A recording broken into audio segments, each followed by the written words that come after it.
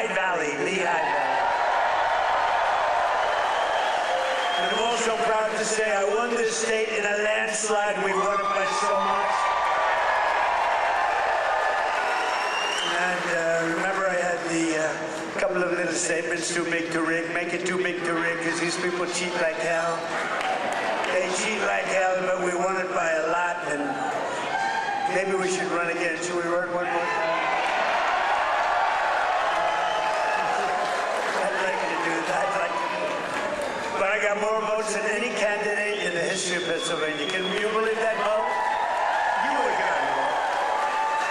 And today I'm especially honored to be here in the place that builds some of the toughest vehicles on the road, Mack Trucks. Mack Trucks is doing a great job. The chairman, we have the whole group of here, all the leaders, the big guys. They're trying to get a contract for 15,000 trucks. 15,000. I said, that's a lot. I said, how many are you looking for? 10, 15? No, 15,000. So that's a lot of trucks. For more than 100 years, this legendary company has been making trucks right here in eastern Pennsylvania, building the heavy-duty machinery that keeps our economy rolling, our factories moving, and our industries roaring all across the nation.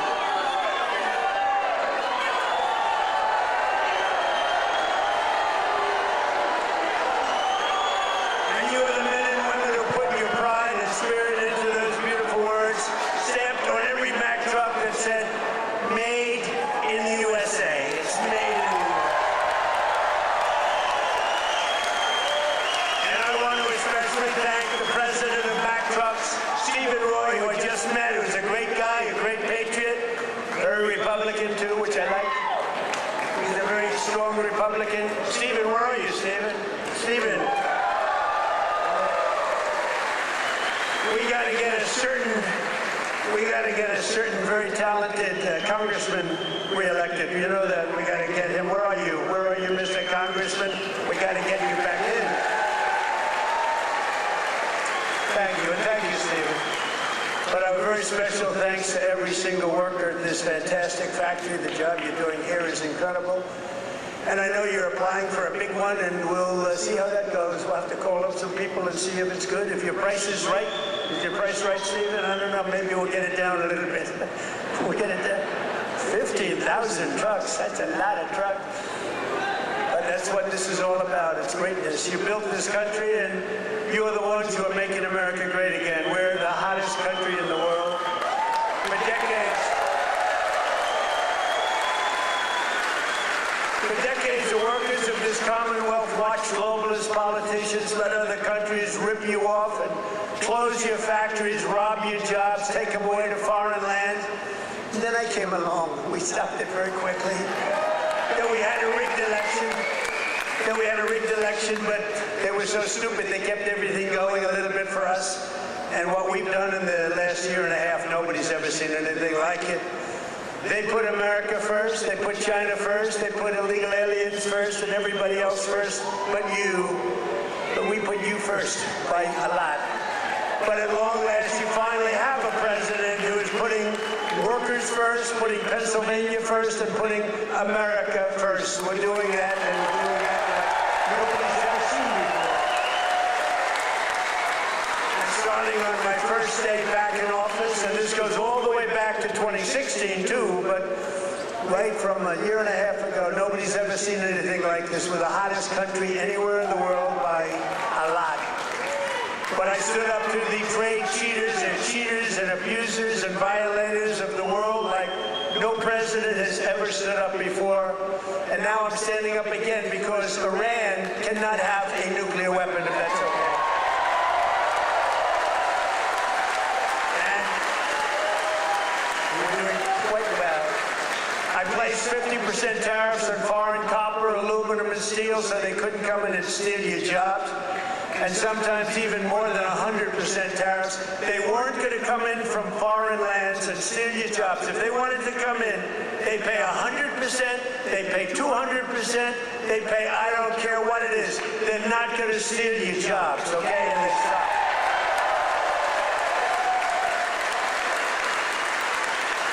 And right now we have more factories being built, and I mean car factories, AI factories, factories of every type that we've ever had in the history of our country by 3 times. That's because they didn't want to pay the tariff. How don't you pay a tariff? You build your factory here and you hire American workers. It's quite simple, actually. But as you know, I placed a 25% tariff on foreign automobiles, and very importantly, I posed a 25% tariff on medium and heavy-duty trucks so that Mack Truck could do very well with this factory in Pennsylvania. But all American roads will be filled with American trucks very shortly. Very few people are able to compete with us anymore. They used to rip us off. It was like we were a bunch of babies. American labor worked with us, too. I just met the head of your unions, and they've been terrific. They work with us, and they're fair. They treated us good. Maybe we can negotiate a little bit tougher. Where the hell are the union guys? Those guys are great. They're great. There they are. I want to just say hello. We gotta make sure you vote for our congressman here. I'm not doing this for my help. Music. We even have music. Within a single year of taking office, I slashed trade deficit with China by the largest amount in the history of trade. And we, by the way, have the biggest trade deficit cut in the history of our country, 67%. Think of this. We had a trade deficit. We cut our trade deficit. If you're a president and you cut it by 1%, they say, oh, you're doing a great job. 2%, you're a genius. I cut it by 67%. That's why you have all of these factories being built. They'll soon be opening. They're already opening, but when those factories are opening, I don't know what you're going to do. You're going to negotiate very good salaries, that I can tell you, because they need you. In many ways, they need you more than you need them. American exports to the rest of the world are up by $150 billion. You hear that, Bo? It's not bad. You're going to wrestle a long way to make that. Bo is going to have to win a lot of tournaments to have to make that money. Think of it, $150 billion up. We never had that. We always have losses. We take in much more than we send out. Now we're up $150 billion, and that's nothing, because when all these factories are opening up, Mr. Senator, what a great senator you have. Did you fight hard? David, did you fight hard? He was with me at, I think, every stop. I said, where the hell is David? He's right there, sir. And he's working hard, and he's a great guy, and he's working very hard for you. But a short time ago, we were a dead country. We were laughed at all over the world. We were a dead country. People were laughing. They were saying, what the hell happened to that country? The King of Saudi Arabia said it 2 years ago. I was over there. He said, you know, sir, 2 years ago you were a dead country, and now you're the hottest country anywhere in the world. That's true. And we're hotter now than we were then.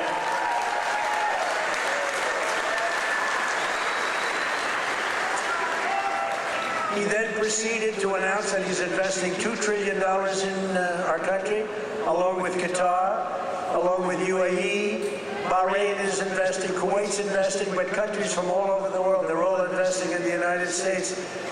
2 years ago, they wouldn't even think of it. They thought we were finished. When I went to China 2 weeks ago, I met with President Xi, and we greeted each other, and he looked at me and he said, man, do you move fast. Because they thought they had us, but now it's really the opposite. We are doing numbers that nobody's ever seen before. So we had a great meeting. But as you know, we just achieved a historic peace agreement with Iran to end the conflict in the Strait of Hormuz. And by the way, yesterday, 19 million barrels of oil flowed out of the Strait of Hormuz. A very beautiful.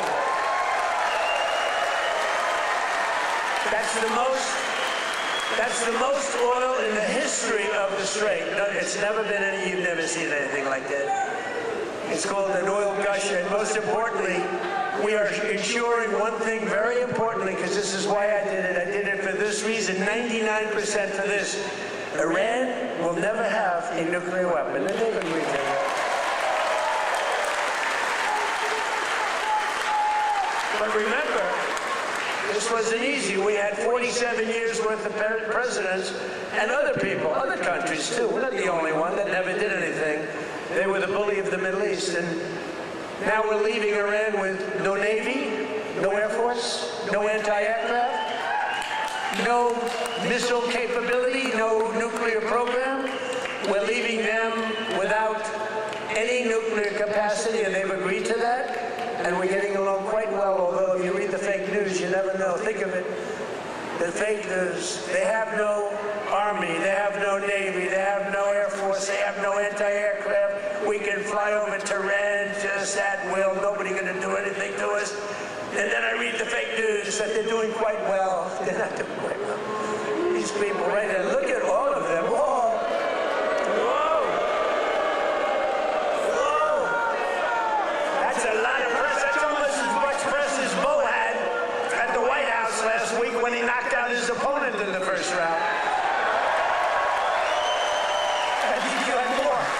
Bo had more press. But the Iran economy has been crushed and their defense industrial base has been damaged so severely that it'll take them many years to rebuild, many, many years. And now we're trying to work out a deal that's fair. And we also want to work out a deal. You know, the stock market hit a new high today again.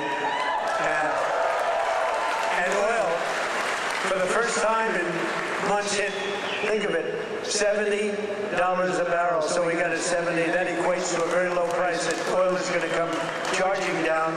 And with oil comes everything else. Because I inherited from these Democrats. You know, they're Democrats. I changed the E for a U. It's very simple, Democrats. I don't know why I didn't think of that 9 years ago. I just thought of it about a month ago. They're Democrats because their policies are so dumb. Men and women's sports. You know, Bo was with one of the great champions, Tony. Tony, could you have taken most women in the heavyweight championship? He was the heavyweight champion of the world. Do you think you would have had trouble with a woman of approximately your size? It'd be hard to find a woman of your size, but if we did, I think you would have been okay. What do you think, Bo? Could you have handled it? I think so. What about you, Bo? Could you handle a woman of approximately, or what, 182 or something? Think there's a 182-pounder that could give you a little tussle? I don't think so. I don't think so. He's such a nice guy. Say, no, not really. I don't think so. When she looked at those ears of Bo, when she looked at those ears, she'll say, I'll take a pass. She'll say, I'm not going to fight that guy. The average price of gasoline nationwide is down 60 cents a gallon just from a short while ago. And remember this. We had to make this detour. We had to go to Iran. You can't let them blow up the Middle East and then us, if that's possible. We would have gotten them before, but they would have blown up Israel. They would have blown up the entire Middle East. You can't let that. You want to see a bad economy? That's a bad economy. So, but remember that our oil in the middle of this conflict was less than it was for Sleepy Joe Biden. And we're putting out a fire. Biden, Clinton, Bush, all of them. Barack Hussein Obama. Have you heard of him? Have you heard of Barack Hussein Obama? None of them did anything. Obama gave them $1.7 billion in green cash. Remember, on a 747, they flew over piles of cash. $1.7 billion.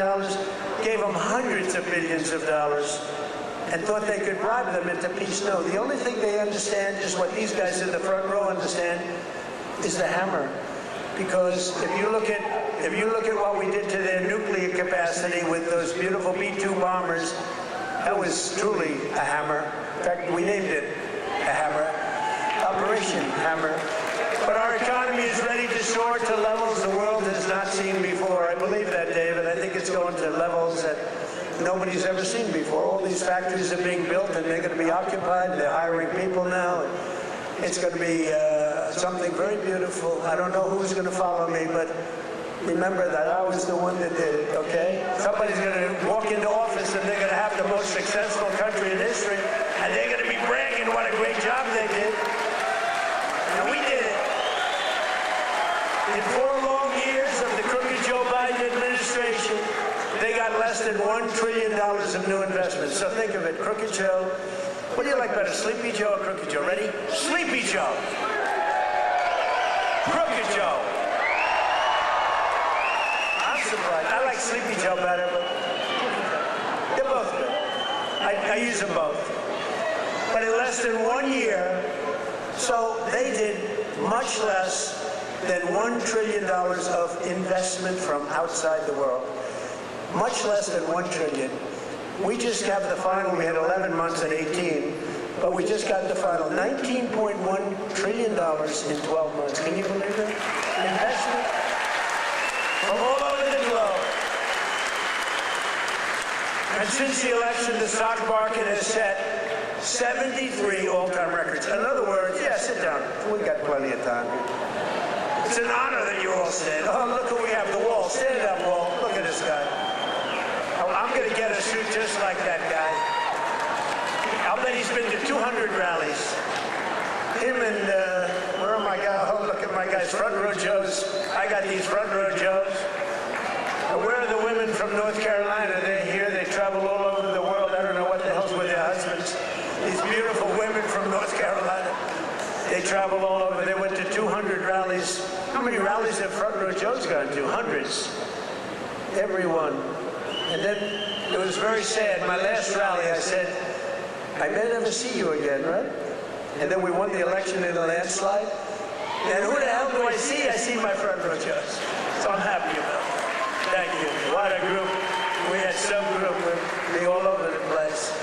And when they didn't make the front row, it was very demeaning to them. They were not happy, right? But the front row, they became actually very famous, front row Joes. And the typical 401k, as you know, is up almost $30,000 in, it was 12 months, it was 13 months. It's up 44%. Think of that, up 44%. Because, you know, as goes the stock market, so goes a lot of your own wealth. And I tell about this police officer. I met a police officer first time, similar thing, but now the numbers are even more. I was in New York. I met a great police officer, New York finest. And he said, sir, I want to thank you. I said, for what? He said, my wife didn't think much of me very much. We were having marital difficulty, actually. She thought I was nothing. I'm a police officer. I'm a tough guy. I looked at him. The muscles were all over the place. He didn't suffer from that. But she thought maybe that muscle wasn't so good because he was always losing money in the stock market. And he said, sir, in the last year and a half, my 401k is up 74%, sir. And she thinks I'm Warren Buffett. She thinks I'm a super genius. I said, how are you getting along with her? He said, well, I'm not so sure I like her anymore, but that's like, I won't tell you that. I refuse to say that. He's getting along just fine. But a lot of people have come up to me, David, and they thank us 401ks, you know, the stock market. Who has a 401k here? Yeah, look, a lot of people. More Americans are working today than at any time in the history of our country, and we've created over 32, now, think of this, 32,000 new jobs just starting in Pennsylvania alone. David, you have to get credit for that. And in the last few months alone, we've added 2,600 Pennsylvania manufacturing jobs, and that number is going to go much, much higher as the factories start to open. Because right here in Lehigh Valley, Eli Lilly has just announced, great company, by the way, drug company, a $3.5 billion investment in a brand new state-of-the-art manufacturing facility right down the road. That's going to create over 1,000 jobs, just that one. Nokia is investing $30 million to expand its semiconductor testing and packaging operations, thousands of jobs. And B. Braun has announced a $20 million expansion of its medical device manufacturing operation in Allentown. I love Allentown. That votes for me, which is the entire state of Pennsylvania, the entire Commonwealth. Never make the mistake of using the word state. Well, I'm not sure that people care, but the Commonwealth of Pennsylvania voted for us at levels that nobody's ever seen before, David, and you too, and we're proud of you because you had guts. This man had guts. He lost one time to a tough candidate, then he did it again to a tougher candidate, and I tell him if he didn't win, his wife, who's a beautiful woman, would have left him. I'm telling you. Dina, she would have left him. So he had great courage doing it a second time. He was a very successful guy. He ran, stand up, Dave. She would have left. I was so worried because he's a friend of mine, and that was a tough race. You know, he was running against a guy 24 years, and his father was in for like 30 years. That's a long time, and he had to beat him knowing the pressure. That's called pressure. Knowing his wife was gone if he didn't make it. She was gone 100%.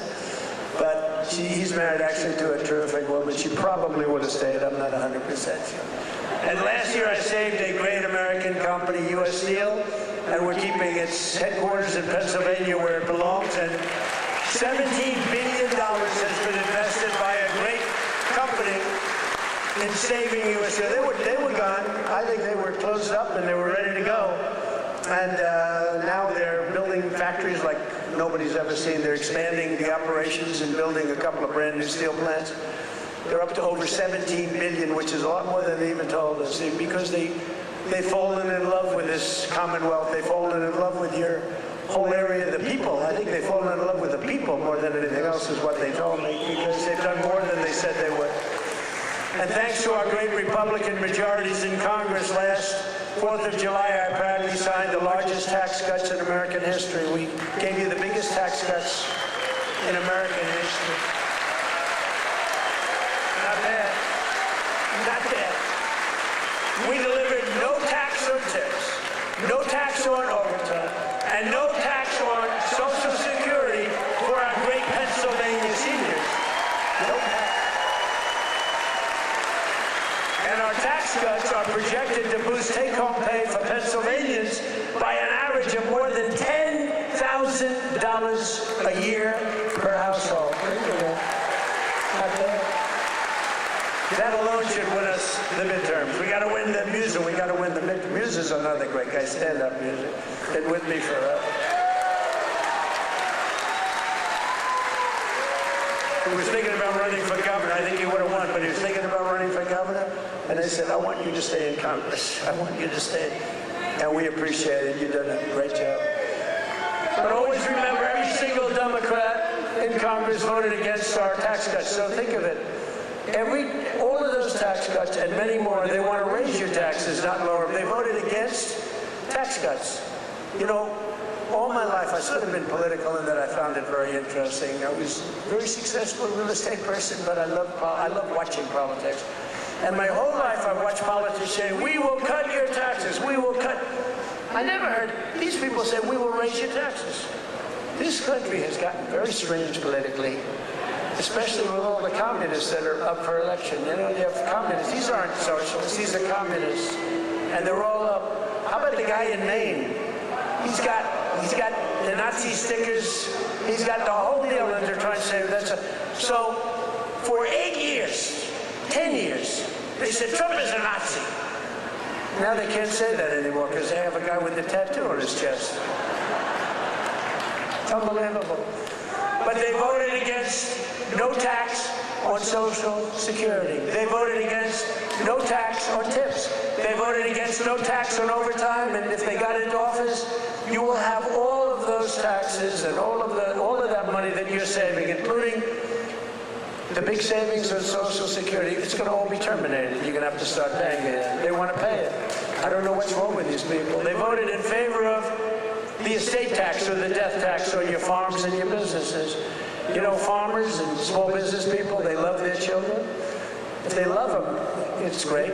Most of the people love them. Some can't stand. I know people that can't stand their kids are not going to leave them 10 cents. But if you love your child, you want to leave your farm, especially from these farmers, it's born in them somehow. They want to have their children on the farm. The children don't want to leave, but sometimes they're land rich and cash poor. You know, I've known that expression too. I've oftentimes been land rich and cash poor. It's not a good period of time.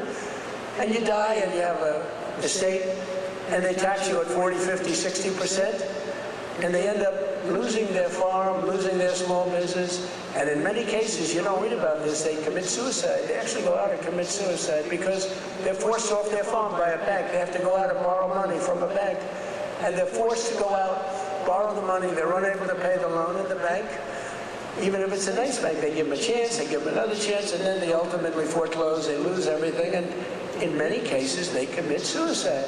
And I said, we're not going to have that crap go on. So you have no estate tax to pay on your small farm, small business, on your farms, your businesses, and you can, if you love your children, you can leave your farm or your small business to your child, and they're not going to lose it. If you don't love your children, then don't listen to what I'm saying, because it doesn't matter. If you don't like them, don't leave them anything. The hell with them. They probably deserve it. But think of it, the Democrats voted against the border wall. The border wall gave us the safest border. We have the safest border now in the history of the country.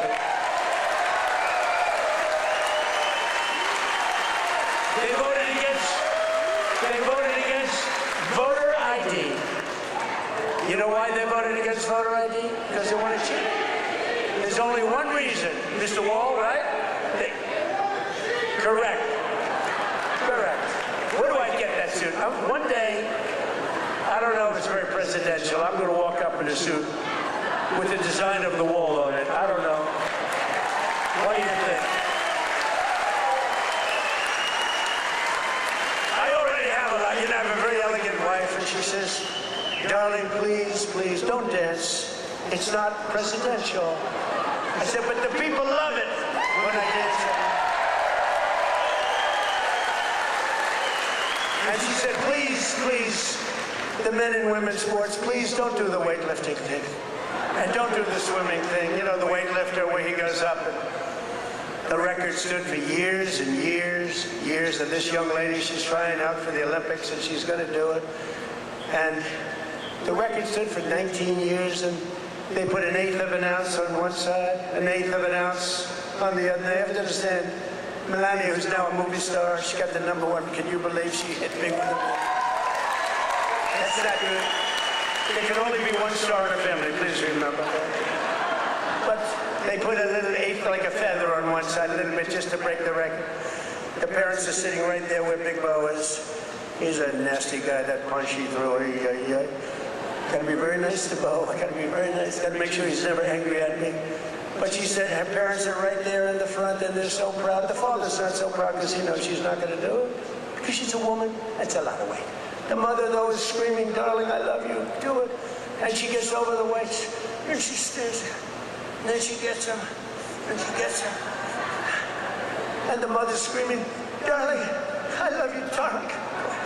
And the father's looking, saying she has no chance. And she's like this, you see it?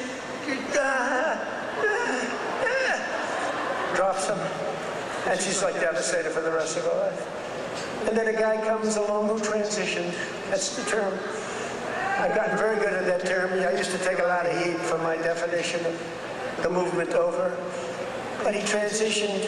He was a poor, very poor, bottom of the line, male weightlifter. But now he's a female weightlifter.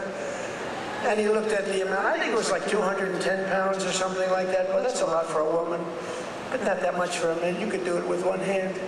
And he goes, looks down at the weight.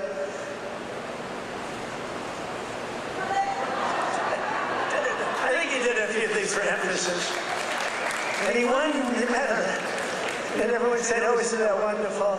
Are we crazy? Men should not be able to participate in weights.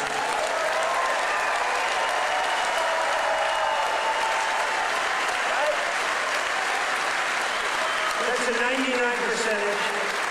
You ever hear the fake news? They said, that's an 80-20 issue. No, it's not. It's 99-1. You know, I've been doing politics now for 10 years. Not that long, considering I've won 3 elections. You know, so but we did great in the second one. It was a rigged deal. But pretty short. But with all of that, and all of the time I spent speaking to people, they say, sir, could you cut taxes on this? Could you get me a tax deduction on a car loan? I did that. By the way, I did that. If you borrow money to buy a car, you get it. All these things. They asked me for hundreds of things. Not once did anyone ever come up to me and say, sir, please, this is so vital. You have to be able to have men playing women's sports. Please, sir, could you pull that up? I've never had anyone ask me for that. So I say it's a 99-1 issue, not 80-20. The fake news back there, they say, oh, that's a tough issue. But I don't like talking about it because I want them to continue on with that. I want them to continue on with the, they're in favor of the mutilization of your child for transgender purposes, the mutilization of your child. And I would say politically it's a very good thing to run against a person that's in favor of that kind of stuff. So we let them, we don't bring it up during off political seasons, but we have a political season coming up. And they'll be doing all of that nonsense, and they're going to lose a lot of elections. And now if you look at New York, we have all communists running. They're all excited. They're going to win their primaries, but I can't imagine they can beat a normal Republican. So I think it's a good thing. Muser, what do you think? I think it's a good thing. Wouldn't you like to run against somebody like that? Well, Shapiro's not that much better, to be honest with you, but I would. They're all being forced. They're all being forced. A guy like Shapiro, he's going to be forced to the left. Otherwise, he's not going to get the nomination. But they voted against proof of citizenship. Think of it. We'd like to have proof of citizenship. You walk into the voting booth. Would it be okay, sir, if I looked at you and said, how dare you ask me for my citizenship? You know, in California, if you ask that question to a voter, you are criminally liable. In other words, they can put you in jail. If you say, sir, do you have proof of citizenship? They put you in jail if they ask that question. You're not allowed to ask that. Did you know that? It's the craziest thing I've ever seen going on. Hey, did they screw the kid, Pratt? Boy, he's leading, and all of a sudden he's lost. And it was sort of interesting. The election, you ever see an election where they're 2.5 weeks in? An election that takes weeks to count the votes? But after the evening, it looked like he was going to win, or certainly be in the runoff. And then I started hearing rumors as the days went by, days and days went by, that Pratt is fading. He's fading. I said, they rigged the election. And then lo and behold, he didn't qualify, even though he was so far up in the third place person that it was almost impossible, and he didn't qualify. And then it started happening with the next candidate, Steve Hilton, who's running for governor. He was up in front, just about leading, no problem. And all of a sudden, about 4 or 5 days after, this is after the election's over, they said, Steve Hilton is starting to lose votes. I said, here we go again. And I called up the U.S. Attorney in California. They said, we're going to have a number in the next week. Next week. I called up the very powerful, very good U.S. Attorney in California, and I said, do me a favor. Take a look. They're trying to steal that election, too. I guess they called up. They said, this is the U.S. Attorney call. We have your great U.S. Attorney here today, by the way, and your assistant U.S. Attorney. They're doing great. David, thank you. So over the next week, he was definitely going to lose, but the U.S. Attorney called. We want to check your votes. About an hour after the call, ladies and gentlemen, Mr. Hilton has won. So had I not made that call, Steve Hilton would right now be watching the election from home. So I don't know, he would have a great chance, but the election's totally rigged. California's totally rigged. All mail-in ballots, it's a disgrace. We got to pass the Save America Act, okay?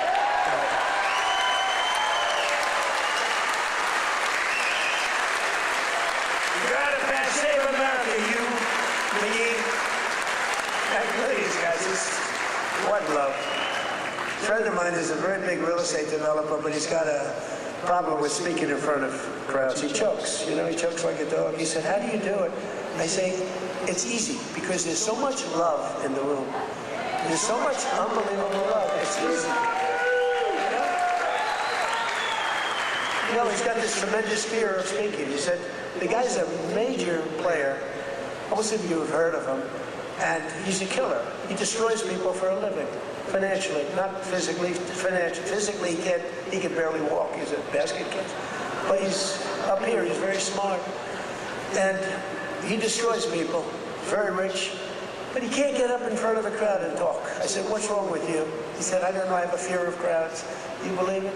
All sorts of people. A lot of people want to do what I did. A lot of people, David did it. David was very successful, but he's a great speaker. But a lot of people, they say, well, Trump became president from being a very successful businessman. He became president. I want to do it too.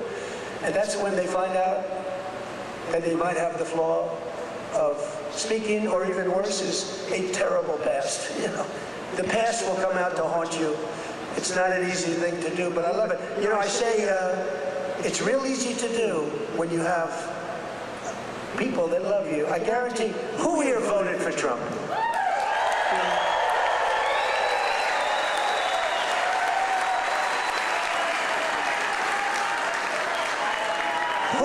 Who didn't? What? This is dangerous, so don't raise your hand. Think you're going to be cute, because you might be a big problem, and they'll blame me for causing problems. Who did not vote for Trump? Young man, he wants to be. He's a young man. He thinks he's being cute. As he gets pounded on. No, he just said, no, I did. I was the first. He said I'm the first to elect. But the Democrats voted in favor of Iran having a nuclear weapon, and they voted against military spending. But I overrode that. Let me tell you, if the Democrats get in, your 15,000 trucks that Mr. Roy is looking to get are dead. They're not going to have 15,000. They're not going to have 15 trucks. They'll be back to the number I originally guessed, right? How many are you making? 15? 15,000 trucks will be down to nothing, zero.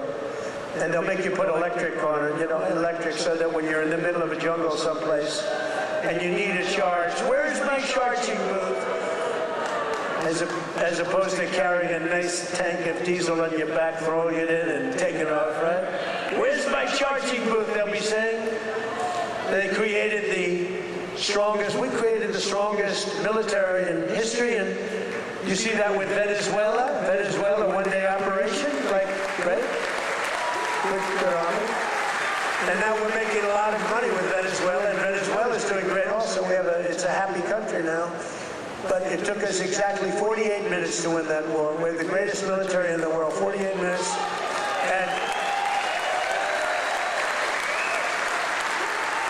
And we paid for the cost of the war, where do you hear this? 28 times already. More, but 28 times. So the cost of the war, we've already, because we brought millions of barrels of oil out, and we're getting along great. The people running it, they're our people, they're great people. And the people are happy in the country. They have smiles, they were miserable, they were starving. But they have a lot of oil under that ground. You know how you find oil in Venezuela? Just look at the ground. You'll see oil bubbling up. They have so much oil. They don't know what to do with it, but they had a bad system. They're making more money now for the country than they've ever made before, and we're making a lot of money too. But also Iran, we knocked them out. 1 week it was essentially militarily over. Much bigger country, 91 million people. And much different ideology. The ideology of the Muslims is slightly different than the ideology of the Catholics. We have the Catholics and the Muslims, slightly different. But Venezuela's been great, and Iran's been great. I mean, you know, if Iran's reasonable, if they're smart, otherwise we'll have to finish the job, which will take about maybe less than a week. But they're going to be okay, I think. They're going to do what they have to do because we want to have it done. But they voted against lower energy prices, the Democrats did, and then they went on to create the highest energy prices that we've ever had in the history of our country. People don't realize that. Much higher than ours during a war. They had the highest inflation in history. The highest inflation in history, they say 48 years, but that's sort of history as far as I'm concerned. And they were absolutely terrible on affordability. Remember, I got here, my first day, the fake news is screaming at me, what about affordability? I'm only here 1 day. Remember, eggs were up about 5 times higher than they ever were? And we have prices are coming down right now at levels that you've never seen. And now with oil crashing, you're going to see something really amazing. And to top everything else, they let 25 million people into our country, many of them criminals and thugs and people from mental institutions and drug dealers. They even let 11,888 murderers into our country. Murders, 11,888, more than 50% of which have killed more than one person. And I've gotten the worst of them out, and we've gotten them out, Tom Homan and our whole group of people.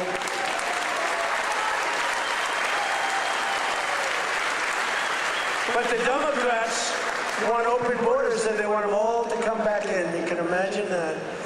The people of this Commonwealth will never let that happen again. What they allowed to happen to our country, we can never allow to happen again. Just get rigged again. But we're pleased to be joined today by one of those Pennsylvanians who's benefiting from the historic tax cut, Sergeant Sam Elias, with the Bethlehem Police Department. He's a great guy. You didn't know. Sam works the night patrol so that he can help his wife take care of their 6 beautiful children during the day. And I'm told their youngest is named Melania. Can you believe that? The name Melania. Where did you come up with that one?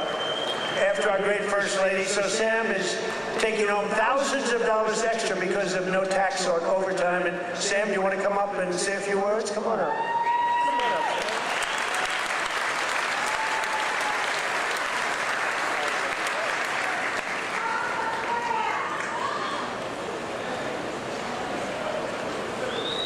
Thank you. Good afternoon, everyone. I'd like to express my appreciation to President Trump, Congressman Ryan McKenzie, and the entire White House administration. As a father of 6 children in a single-income household, I can tell you the Working Families Tax Cuts is a policy that helps my family. Hard work should pay off, not get punished with higher taxes. No tax on overtime, no tax on tips means more money in the pockets of working Americans. For my family, these savings have translated to what was once a day trip to the park, is now an overnight stay at the Jersey Shore. Bigger tax returns have allowed Americans to create new family memories and save for future projects. As the President said, I also work night shift as a police sergeant in the fine city of Bethlehem.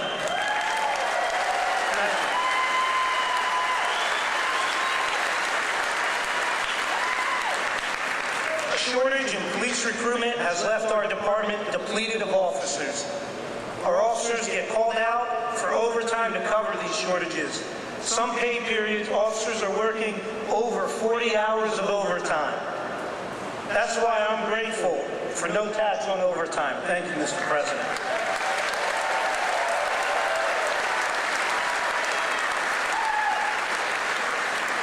I'm also thankful for the support President Trump and Congressman McKenzie have shown for law enforcement.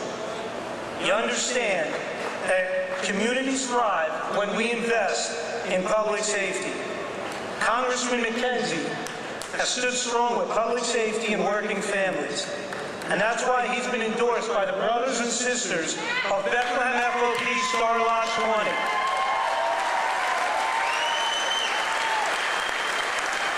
Congressman McKenzie has been on the front lines in supporting public safety. He secured $700,000 for the Bethlehem Police Department for much-needed technology and equipment upgrades at our police department, along with bringing home $1.6 million in funding for volunteer firehouses and infrastructure. Thank you, Congressman.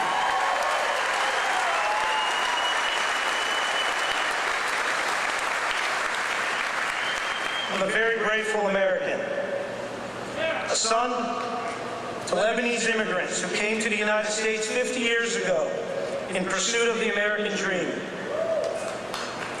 My 80-year-old father is here with me today.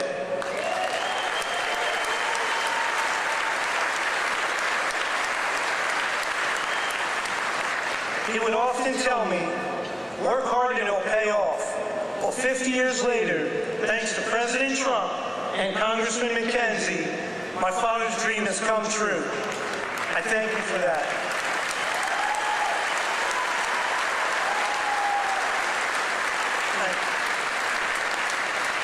Additionally, thank you to President Trump and your entire administration. After more than 50 years, the Lebanese people finally have an American ally who advocates for a sovereign and independent Lebanon governed by the Lebanese people. Thank you for that. Mr. President, you have the support of almost 20 million Lebanese people worldwide.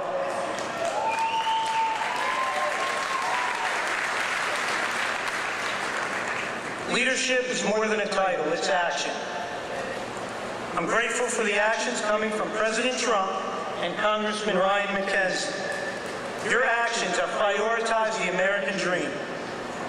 Less taxes, safer communities, and America First policies. I thank you, President Trump. Happy belated birthday, and happy birthday to the United States of America. Thank you, and God bless.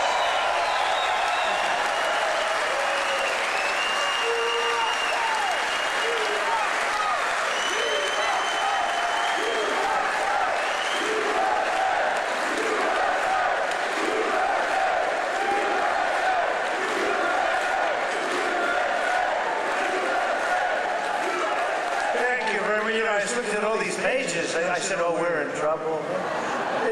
But you know what? That was good. That was a good job. I was a little worried when I saw the pages. Very good. Great job. Sam, where's your father? Hello, Bob. How are you? Got a good boy. Got a good boy. Yeah. Taking care of your people. So our administration is also delivering one historic win after another for another group that works a lot of overtime, and that's our great auto workers. We have a lot of auto workers in here today. Just as I promised, the UAW workers, and we did great with them. You know, Republicans, I don't know, for whatever reason, they don't do like I do. But in the campaign, I ended Biden's insane electric vehicle mandate, that crazy mandate, which meant that in a short while, all cars had to be all electric, and many of them would be built in China and others in foreign countries all over the world. That's what was going to happen, and I stopped that. I ended it in my first week in office. I ran on it.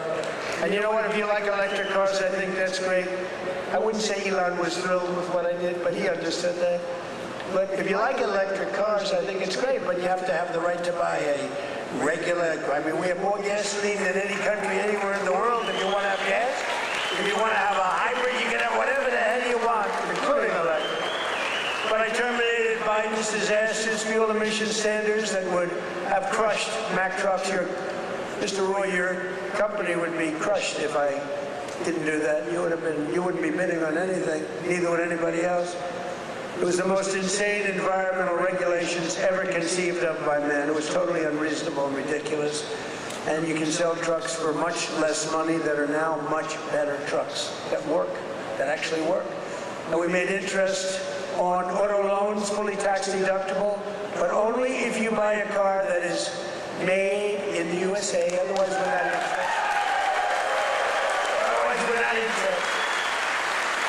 And I say to the auto manufacturing business in America, we have more auto plants being built today than we've had in 60 years, and I think maybe ever. And bigger and better. They had one, a big one in a certain state that I love also. I love a lot of places. And they took out this old plant, but it was big. And I said, did you redo it yet? They said, we're not redoing it. We're ripping down and building a brand new one, a beauty. You know the one I'm talking about, Dave. But we're pleased to be joined today by Pat McHugh, a Marine Corps veteran, a great guy, who spent 28 years with Mack Trucks, and he leads the cab assembly and serves as new product line launch leader. It's a big deal. And Pat's grandfather worked here, his dad worked here, and now his son is working here and doing well. And they know how important it is to keep manufacturing jobs in Pennsylvania. Pat, say a few words.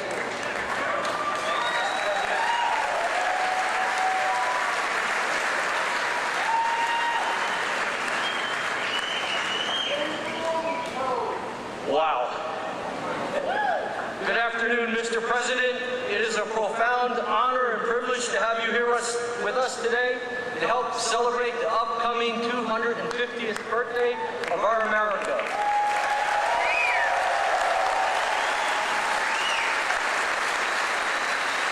And most recently, our 125th anniversary of building Mack Trucks.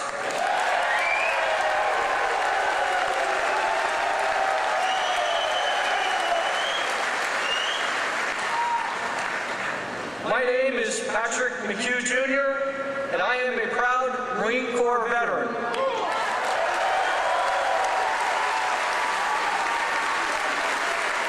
In addition to that, I am an even prouder Mack Truck employee.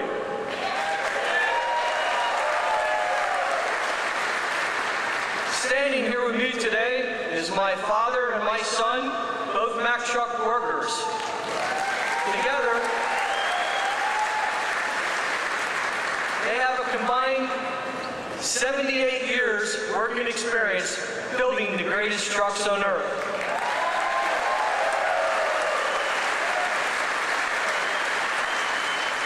You can say Mack Trucks runs in our blood. At Mack Trucks, we work hard to build the trucks that help build America. And we are proud that those trucks are built in the United States of America.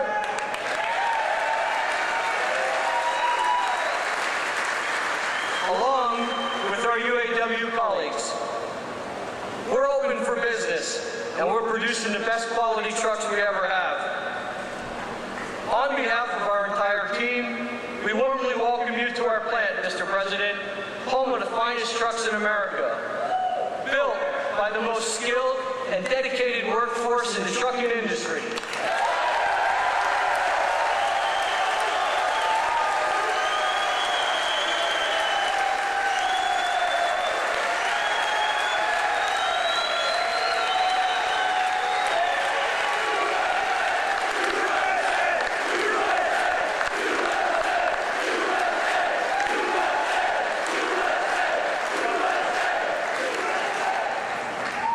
So, Mr. President, I want to say thank you for choosing to highlight Mack Trucks on your visit today, and thank you for supporting our American workforce.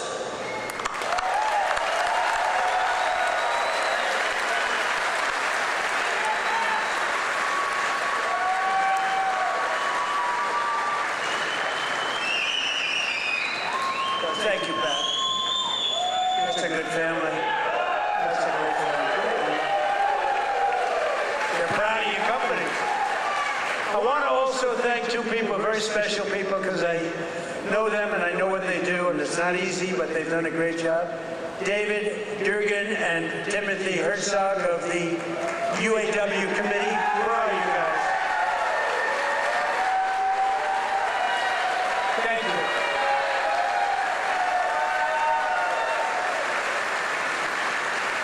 They do a good job representing you. Ease up just a little bit so they can get the contract. Just a little bit. Thank you, fellas. Get this congressman elected. That's what you got to do. But we're pleased to be joined also by Labor Secretary Keith Sonderling. Keith, where are you, Keith? Where's Keith? Hi, Keith. Good job. Is he treating you guys good? Is he all right? He better treat you good. A very special guy, somebody that everybody wanted. I have to tell you, everybody wanted him. He's some person who was actually an astronaut. He went out, he made a lot of money because he's smart, and he's now the NASA administrator. You saw that rocket 2 months ago up and go around the moon in record levels, the furthest any ship has ever flown, and come back, and he's working very heavily on the moon, but what he's done with NASA is amazing. And he's a very special person and a brilliant one, Jared Isaacman. Jared, thank you.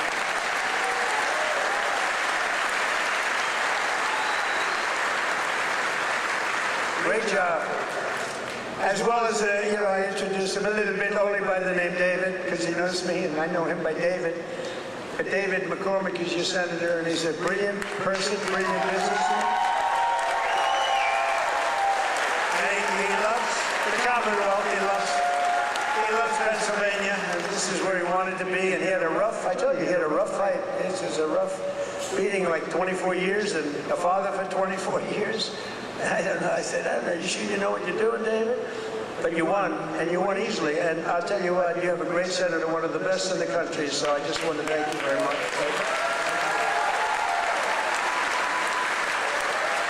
And 4 warriors for Pennsylvania in Congress. These are warriors. Lloyd Smucker is here. Lloyd, thank you. Thank you. John Joyce is here. John, thank you. Dan Muser is here. Thank you. And these guys are all in good shape. But we got to get Ryan McKenzie elected. We got to get Ryan.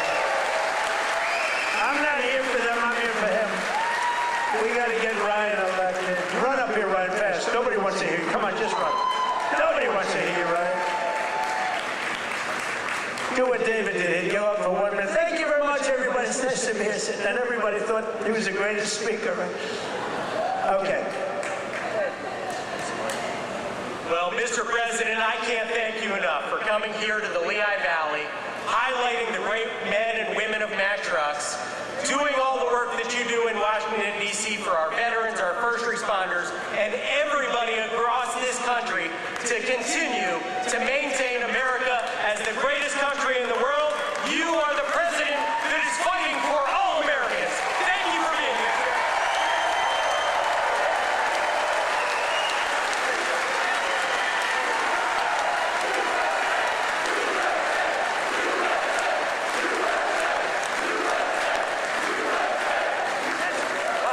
That's great. He learned something from you, David. That's great. We also have one of the greatest writers anywhere in the country who knows more about the Commonwealth, Pennsylvania, I think, than anybody. She's a terrific person. Right from the beginning, she said Trump is going to win, therefore I like her. She said Trump is going to win in 2015. In fact, she wrote an article in 2014. She said this guy Trump should run. I hadn't thought too much about it. I was having a lot of fun putting up buildings. But she was very early on, and I really mean, I don't think there's anybody that knows more about it. They used to call it the Rust Belt. I call it the Money Belt now. It's gone from the Rust Belt to the Money Belt. Either one is okay, but there's nobody that knows more about it than Selena Zito. She's fantastic. Where are you, Selena? Where are you, Selena, with your beautiful daughter? Thank you, Selena. Selena's an incredible woman, and her daughter is following in her footsteps. She's just been so good. Very powerful writer, actually. Some of the biggest papers in the world. It's nice to have good stories on occasion, truthful stories. Thanks as well to the president of the NRA who's here with me, Bill Bockenberg. Bill, stand up.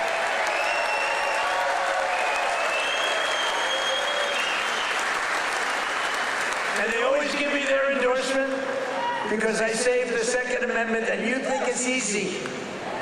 On occasion, it was not easy, right, Bill? But we did it. We did it with your help. And we're doing a couple of other things, working with you and your people. But I think you've done a fantastic job. The NRA, everybody, they really have been. They've been with me right from the beginning. And Bill asked me would I support the national right to carry legislation. How do you feel about national right to carry?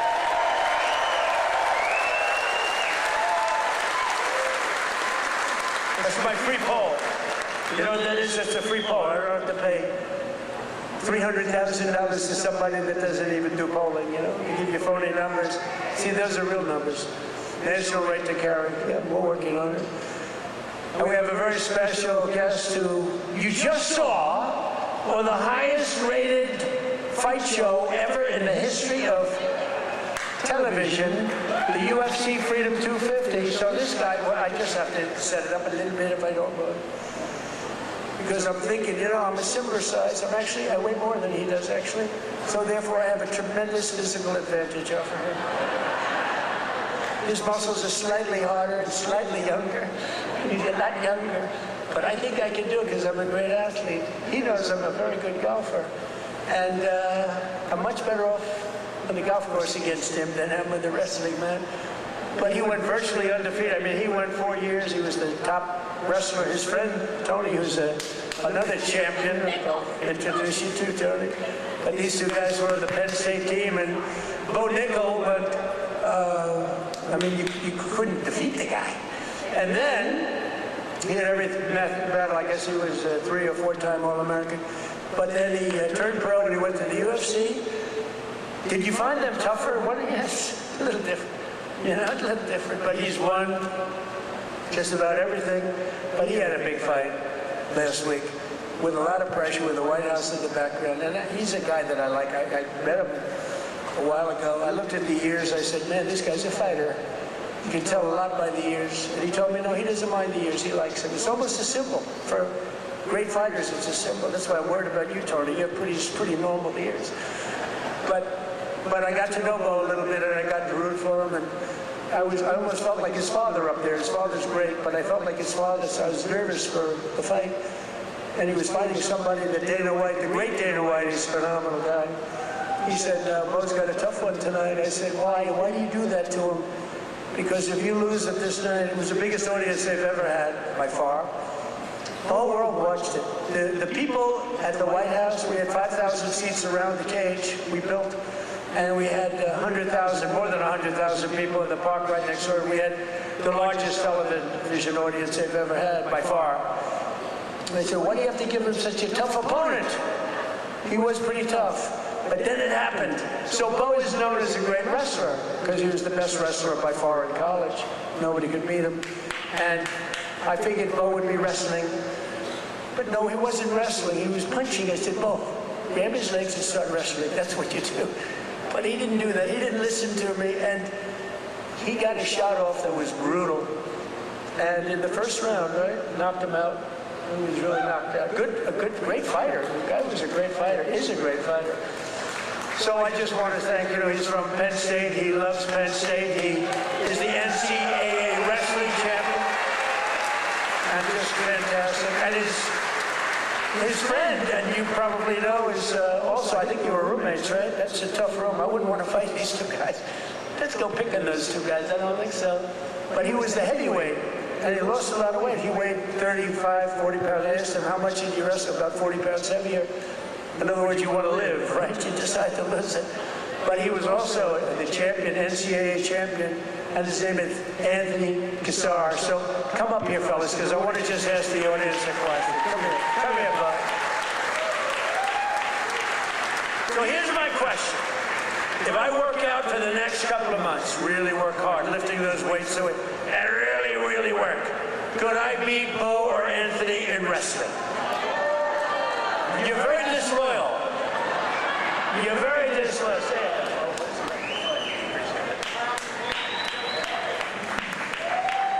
Wow, what an honor to be here.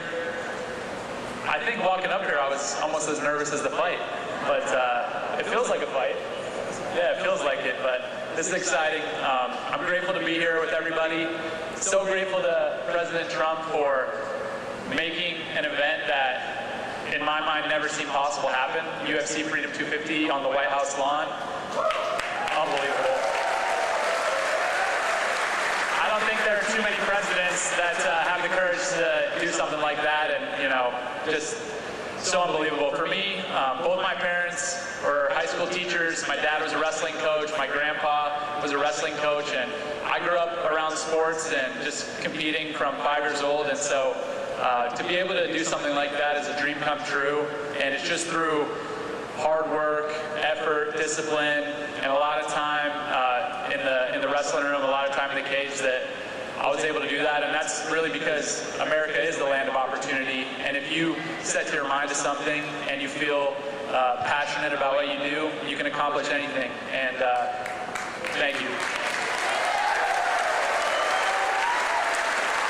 I don't want to take too much time, but I want to tell a quick story about the first time I met President Trump. It was in 2019 at the White House, and our team and I won the Nationals, the NCAAs, and at Penn State we are. And we were given the opportunity to meet President Trump, and it was really special because he took a lot of extra time to talk with us as wrestlers. I think he respected the wrestlers a lot, and I told him that when I'm done wrestling, I was going to fight, and he asked me if I needed a manager. And I thought that he has better things to do than that, but really since then, I feel like we've had a special connection that I'm extremely grateful for. And fast forward 7 years, I'm fighting on the White House lawn, and I turn and look at my corner, and President Trump is right next to him.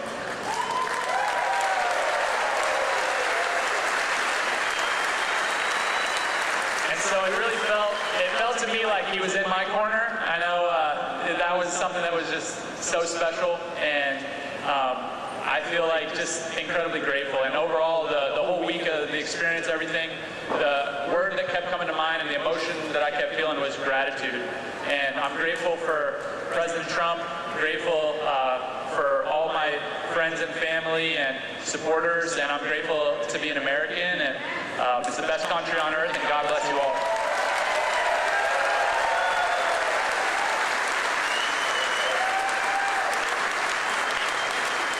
How's everybody doing?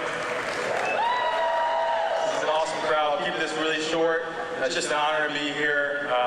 Bo and I have been roommates since our freshman year at Penn State, and never could imagine this, but it's an honor to support Mr. President, this great nation, and the American workers that build the foundation of the United States of America. So as a small business owner, real estate investor, I just want to thank President Trump for the big, beautiful bill, all he's done for small business owners. And most importantly, I pray that God will continue to bless him and guide him to lead this great nation, and God bless all of us. Thank you.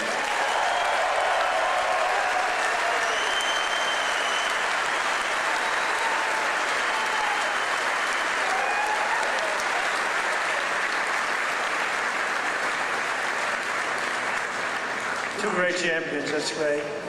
It's good to have them here too. We have a lot of champions in the audience. These are two very special people. When you do that, I was saying to myself, you know, going into that ring and you got all these people, we had the richest and the biggest politicians, we had the biggest of everything. You couldn't get a ticket. The tickets were selling for some crazy numbers, I heard. We gave them away to everybody, but somehow some got out. And I was saying that's a tremendous amount of pressure, and you're fighting the toughest people on earth. I mean, these are the strongest, toughest men on earth. No women in the crowd, but which is nice. But these are the toughest men on earth, and it's tremendous pressure. And you know, the muscles, you got the muscles, you guys, you got the big strong muscles, but you got this muscle too, because it takes much more than just the normal muscle to win those matches. I mean, the strategy and the genius that goes in. It is a genius. A lot of people wouldn't understand that, but there's a genius. There's a genius in sports, but there's a great amount of courage and power that you have that a lot of other people don't have. So congratulations, really great job, great job. Good job, you. In everything we do, we're once again fighting for the people of Pennsylvania, and that includes our amazing Pennsylvania oil and gas workers. And I ended last administration's war on Pennsylvania energy, and I signed an order to drill, baby, drill. That's what we did. Did I end it? And you helped. The United States is now the #1 producer of oil and gas on earth, larger than Russia and Saudi Arabia combined by a lot. Look at that. Who would have thought that? We were in 4th place. Now we're larger than, that doesn't include Venezuela. Include Venezuela once because it's essentially should be included. I also ended the war on clean, beautiful Pennsylvania coal. In fact, in my administration, you're not, because you know coal was dead. China uses it, other countries, very successful countries use it. The unsuccessful countries use wind, and those beautiful windmills that blow round and round and don't do anything except cost you money. Every time it goes around, you lose $10. You're supposed to make money with energy, not lose money. No, wind is every country that's using wind is a disaster. Every country that's using our beautiful substances from underground are doing very nicely, thank you. But in my administration, you're not allowed to say the word coal without preceding that word with the words clean, beautiful. So you say clean, beautiful coal. And I have Secretary of the Interior, Doug Burgum, who's fantastic, and Chris Wright, and they made a speech about coal, and they mentioned coal like 50 times in the speech. It's all about coal. And they kept saying, clean, beautiful coal, clean, beautiful coal. I said, no, it's enough, it's enough.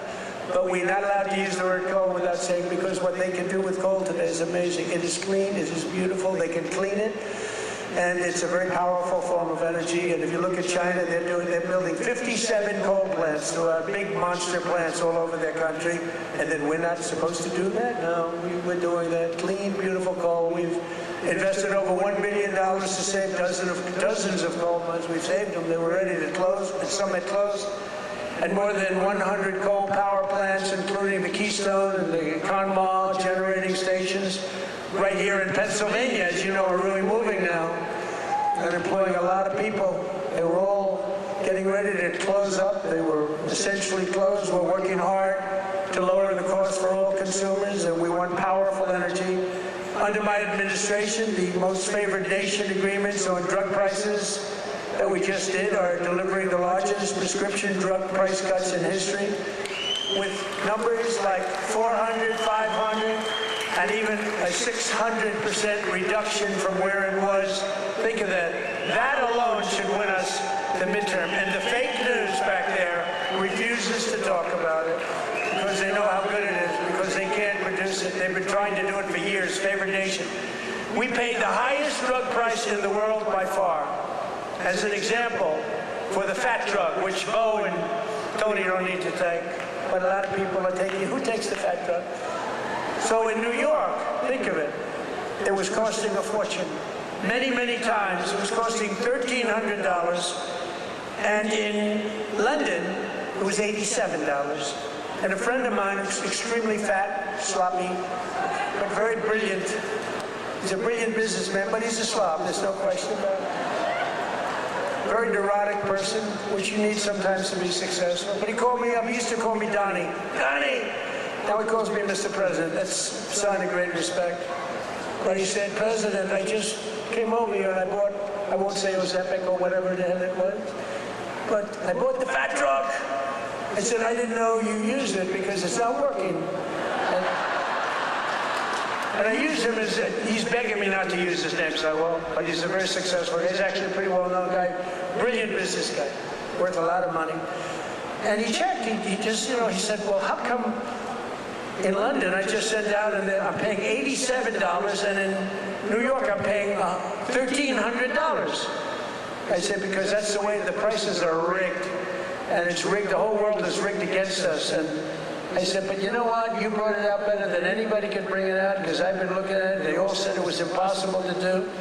And I went to the drug companies. I said, well, it's not going to be any more. You're going to raise their price a little bit. You're going to lower ours a lot, because the world is bigger than us. So it really worked that way. And they said, well, we'll do it. They were very unhappy, but they knew I wouldn't get it from the countries, because you had to get it from the countries. Then I went to France. I said to a very nice man named Emmanuel Macron, I said, Emmanuel, you got to raise your prices on drugs. Of course I will not do that. Why would I do that? Because it's unfair. We're paying 10 times more than you, and you're going to have to raise them a little bit, and we're going to drop ours a lot. He said, no, I will not do that. I said, yes, you will. He said, I will not do that. I said, yes, you will. We're putting a 100% tariff on all wines and champagnes coming into the United States. He said, yes, I will do that. Okay. And I had the same conversation with Germany, with every country, with UK. Every single one of them within 5 minutes agreed to do it. Nobody could believe it. And they agreed to raise their price, and we have gotten the biggest price reductions in the history of drugs, medical. Nobody's ever seen anything like it. So instead of paying $1,300, you'll be paying about $175. Nobody's ever done that before. And this is on many, many drugs. A pill that sells for $10 in London and selling for $150 in Texas, any place, it's all the same in the United States. They basically discriminated, so now instead of $10, it goes to $20, because again, the world is a big place. And we would bring ours down to 20, from like 150 down to 20. This is the kind of price reductions you're getting. Go to Trump.com, by the way. And I didn't name it. That was Bobby Kennedy that did it with Dr. Oz. Everyone thinks I named it. I did not name it, but that site is through the roof. And these are the biggest price reductions in the history of our country for anything having to do with drugs, prescription medicine. So that alone should win the midterms. And there's a real chance that they would end it, because they're totally controlled by these foreign countries, the Democrats. So starting next week, weight loss drugs will be available for just $50. Think of that. For seniors who previously had to pay $1,200, $1,300, $1,400, couldn't pay it. Think of that. Now, they don't want to write, look, they turn the cameras off when I talk about it because they don't want good stuff for us, because they don't want us to win elections. And why, I don't know. Why they want to have people pouring into our country, why they want to have high taxes, why they want to have all of these problems that took place over the last 4 years in the last administration, one of the worst administrations in history. But the other ones wouldn't be much better because they have all of these crazy policies. They've gone communist. But just over 1 year ago, we inherited the worst border in history, but I quickly turned it into the most secure border in the history of our country by far. Almost nobody is able to get in. And in the past 13 months, and this is a chart kept by generally Democrat people, in the past 13 months, 0 illegal aliens have been admitted into the United States. 0.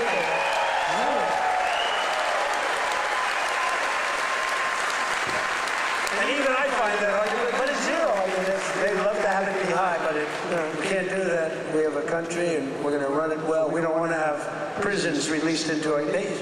Some of these countries were emptying their prisons into the United States of America through the southern border. Prison population. Some of the countries had no prison population left. You know what that says them? Some of them had no mental institutions. The mental institutions were taken. All of those people were taken to our southern border and allowed to just walk freely into our country under Sleepy Joe Biden and his group of thugs, their group of real thugs. Weaponization, that's all they're good at, weaponization and cheating on elections. In 2025, we achieved the largest drop in the murder rate ever recorded in the history of our country, despite the fact that we haven't gotten all of these criminals out of our country. We had the lowest since 1900, that's 125 years ago.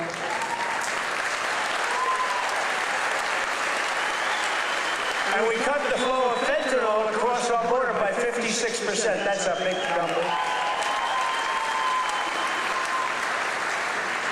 And we cut the flow of illegal drugs coming in by water, coming in by ocean or sea. We cut it by 97%.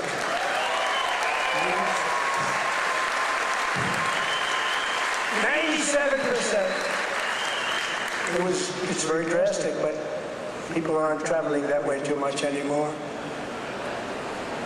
We have the most powerful. I built the military in my first term. We used it in my second term, more than I thought, but we have no choice. We have no choice. But think of it, we cut fentanyl. For years they've been interdicting. They've been grabbing boats, bringing them in, putting them in court. They go out by the same night, they're back, sending drugs by the ocean, by the Gulf, by the sea.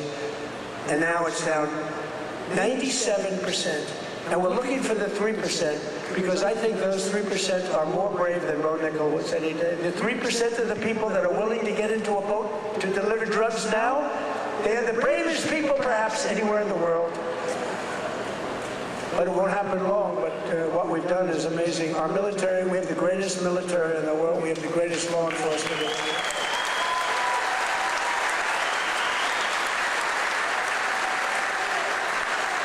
And we have the highest number of recruiting. So a year and a half ago, it was headlines. Nobody wanted to join the military, the Army, Navy, Marine. Nobody wanted to join any of them.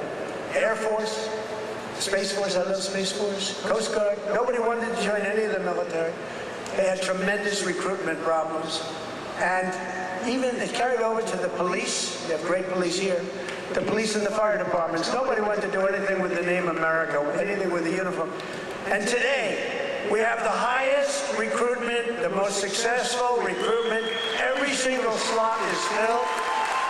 And that includes, they want to be policemen, and they want to be firemen and women. So we went from the least successful in our history, David, to the most successful in the history in terms of recruitment. It was very embarrassing. A year and a half ago, 2 years ago, and it all happened from November 5th. That's when we won the election. From November 5th on, everybody wants to be a soldier. Everybody wants to be in the Army, the Navy, the Marine. They want to fly the jets in the Air Force. The Coast Guard is hot. Everything's hot. And of course, Air Force. You know, I started Air Force. That was a part of the Air Force. Space Force was part of the Air Force. I said, no, it's got to be separate, got to do its own thing, and it's become. So we were in third place 4 or 5 years ago, and I put it in. We were losing to China and to Russia, and now we're totally ahead of both of them, like at numbers that they can't believe. Space Force could end up being one of your most important. To stop the massive theft of taxpayer dollars, including millions of illegals, we've launched the war on fraud led by our great Vice President, J.D. Vance. Great job. Smart guy. We ended Medicaid for illegal immigrants, and we redirected $50 billion to make the largest investment in rural health in the history of our country, hospitals and everything else in the rural areas. And with the help of our Republican majorities in Congress, we will defend our jobs, our factories, our safety, and we will defend our borders like never before. We will crush violent crime, impose harsh new penalties on dangerous repeat offenders that shouldn't be in our country, crack down on Marxist prosecutors and judges, and we will immediately end the most dangerous thing that's ever been put into our country from the standpoint of law enforcement. Is called no cash bail. You kill someone, you go to the judge, they let you out, then you kill somebody in the afternoon. It's crazy. That was the beginning of crime. We will pass the great health care plan to stop all payments to big insurance companies and give the money directly to the people so they can buy their own health care, which will be much better care at a much lower cost. And we will pass the Save America Act to protect our sacred American elections.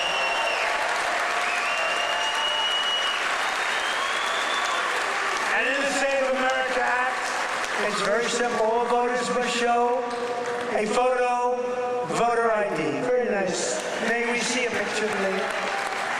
All voters must provide proof of citizenship. And there will be no mail-in ballots except for illness, disability, military deployment, or travel. And we will also, in that same bill, enshrine in permanent law no men in women's sports and no transgender surgery for our children. So together with the help of patriots throughout Pennsylvania and all across the land, we will make America powerful again. We will make